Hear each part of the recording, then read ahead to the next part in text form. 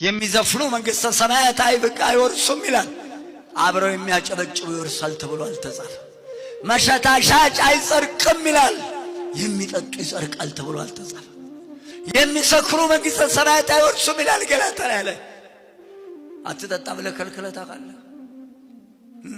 የሚገርመኝ ይህችን ከተማ ስንዞራት ለሁሉ የተመቸች ከተማ በየበረንዳው ዞር ስንል ይታይልኝ እንደሆነ አላውቅም፣ ሰውየውና ብርጭቆ እኩል ቁጭ ብለዋል። እኩል ናቸው። ብርጭቆ ከሰውየው ቁመት ጋር እኩል ነው። ሲገለብጥ ያመሻል፣ ተገልብጦ ያድራል። በላው ስም ስናወጣ በላው ብለን የለም እንዴ? በላው ነው እኮ እንግዲህ ሄዳ ምን አለ ብለው አደፍርስ አልከው ደፍርሶ የለም እንዴ? አሸብር አልከው ዓለም ሙሉ ተሸብሮ የለም እንዴ? ናደው አልከው ዓለም ተንዶ የለም እንዴ? ተው የሚላለ ሚከለክላለ። ይብላኝላቸው መጠጥ የምትሸጡ ሰዎች ዘር አይወጣልህም፣ አትልፋ።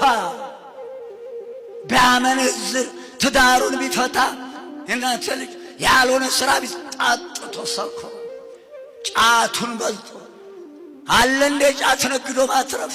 ጠምባሆ ጫት ነግዶ ሱስነት ያለው ነገሮች አስክረ ወገንህን ናላውን አዙረ የሰው ትዳር እያፈረስ እያበጣበጥ ወንድም እያጋደል ዘር ይወጣል ብለህ መንግሥተ ሰማያት ትወርሳለህ ብለህ ትጠብቃለህ